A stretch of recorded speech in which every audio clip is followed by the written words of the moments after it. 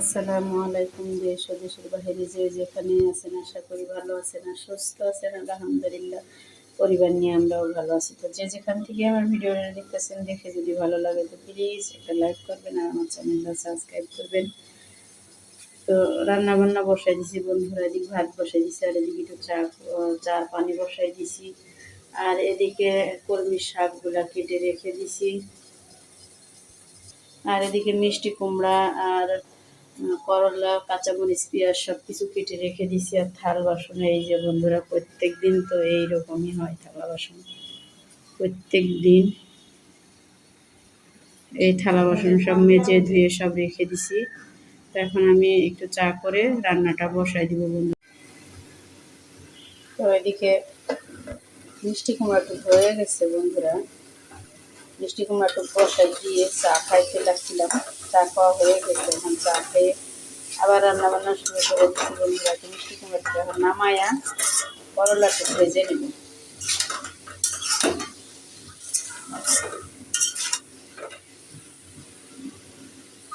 নামাই নেব বন্ধুরা, হয়ে গেছে।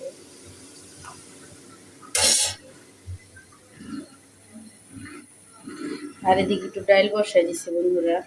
তো সবটি ভাজি ভাজি হবিনি, তো এই জন্য আর কি একটু মানে ডাউল না রান্না করলে এতগুলো লোক হইব না, তো ওই জন্য একটু ডাউল বসাই দিলাম। ভাত হয়ে গেছে, মিষ্টি কুমড়াটুক হয়ে গেছে বন্ধুরা। এখন আমি করলাটুক বসাই দিব।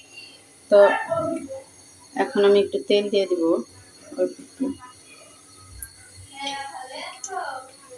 সামান্য।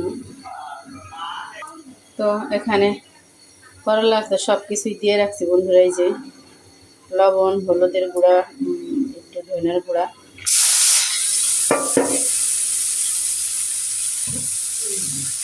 আর একটু দিয়ে দিব কাঁচামরিচ।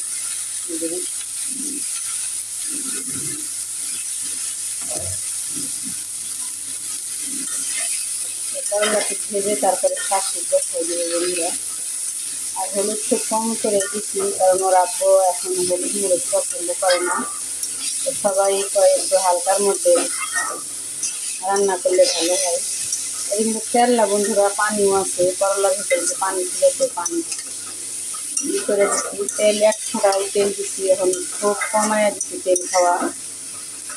তো আগে একজনের দেখা দেখি আমি ওইভাবে চলার চেষ্টা করতেছি, তো আমার হাতে তেল কম ওঠে না। তো এখন দেখি তেল কম কম করে দিয়েই তরকারি ভালোই হয়, খারাপ না।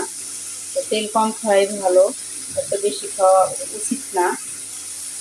তো যাই হোক, আলহামদুলিল্লাহ পারবো চেষ্টা করলেই। তো কেউ বলে করলা ঢেকে দেয় না, তো আমি আজকে ঢেকে দিলাম। দেখা যাক তিতা কত হইতে পারে। তো মানুষ বলে অনেক তিতা হয়। তো ডাউলটা ফুটে গেছে বন্ধুরা, যে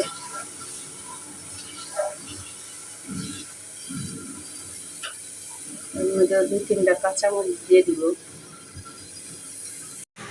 তো দেখি আটাগুলাই নিচে চাপড়ি বানাইতেছি বন্ধুরা। চাপড়ি বসায়ও দিছি একটা, তাওয়ার মধ্যে একটা দিয়েও দিছি। ভাত রান্না হয়ে গেছে, এখন মা কয় চাপড়ি বানাই দিয়ে 2টা চাপড়ি খাইব, না দিলে ঝগড়া করবো। আর হয়েছে এখন অসুস্থ, এই হয়েছে একটা জ্বালা।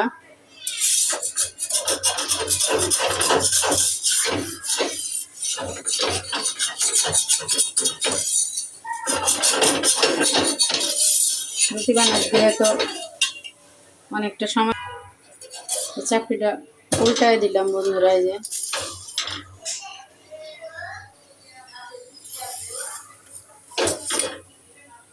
আর এদিকে ডাউলও হয়ে গেছে বন্ধুরা। এই যে ডাউলটা বাগার দিলে আর চাপড়ি বানাইলেই হয়ে যাবে বন্ধুরা।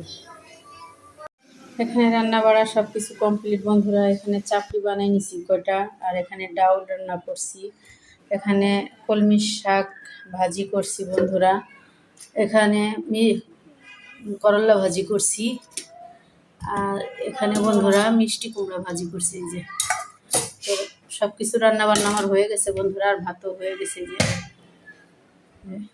তো এখনো ওর আব্বু আসে নাই, তো আসলে সবাই ভাত দিয়ে দিব। তো রান্না বান্না এই পর্যন্ত কি বন্ধুরা। তো এদিক খাওয়া দাওয়া সব শুরু করে দিছে বন্ধুরা। ওর কাকাক দিছি কলমির শাক আর মুরগির মাংস দিছি, আলু দিয়ে রান্না করছিলাম মুরগির মাংস। আর কলমির শাক দিছি ওর কাকা আর ছেলেদের দিছি। আর ডাউল মুরগির মাংস, তোর কাকাও একটু ডাউল লিছে। যাই হোক, খাওয়া দাওয়া শুরু করে দিছে। আমি একটা রুটি আর কলা খেয়ে নিছি বন্ধুরা। তো ওদেরকে ভাত দিয়ে দিছি, ওরা খায়া উঠলে চা খাবো সবাই মিলে একসাথে। তো আমার শাশুড়িরা আজকে চলে গেছে, গাড়িতে উঠাই দিয়ে থুয়ে আইসা কাজ কাম সাইরা শুইরা গোসল টোসল কইরা নামাজ টামাজ পইরা তারপরে ভাত টাত খাইয়া এখন ওদেরকে খেতে দিলাম। মা আর আমি রুটি খেয়ে নিছি এক লগেই। তো যাই হোক, ওরা খাওয়া দাওয়া শেষ করুক, পরে আমি ওদিকে চা বানাই নি বন্ধুরা। তো ছাদে কাপড় চোপড় কিছু বাকি আসছিল, সেগুলা দিয়ে ছাদে পুঁইর গাছ ছিল, তো পুঁইর গাছের থেকে ডাঁটাগুলা কেটে আনলাম। তো দাদিরা কালকে চলে গেছে, তো আর 2-1 দিন থাকলে হয়তো খাইতে পারতো। তো আজকে কি করব, কোনো সবজি নাই খালি পেঁপে ছাড়া। তো এর জন্য কটা বাইসা বাইসা মাথাগুলা কেটে নিয়ে আসলাম। 2টা মাছ ছিল আর একটু দেখি মুরগির নিচে পাঙাশ ছিল, তো সেইটুক দিয়েই বের করে সব রান্না করে দিব। তো কোনো তরকারি নাই। আর এদিকে ভাত বসাই দিছি বন্ধুরা গ্যাসে, যে এইটুকি যে ভাত ফুটতেছে। তো যে যেখান থেকে আমার ভিডিওগুলো দেখতেছেন, দেখে যদি ভালো লাগে তো প্লিজ একটা লাইক করবেন আর আমার চ্যানেলটা সাবস্ক্রাইব করবেন। তো ভালো থাকেন, সুস্থ থাকেন, আল্লাহ হাফেজ, আসসালামু আলাইকুম।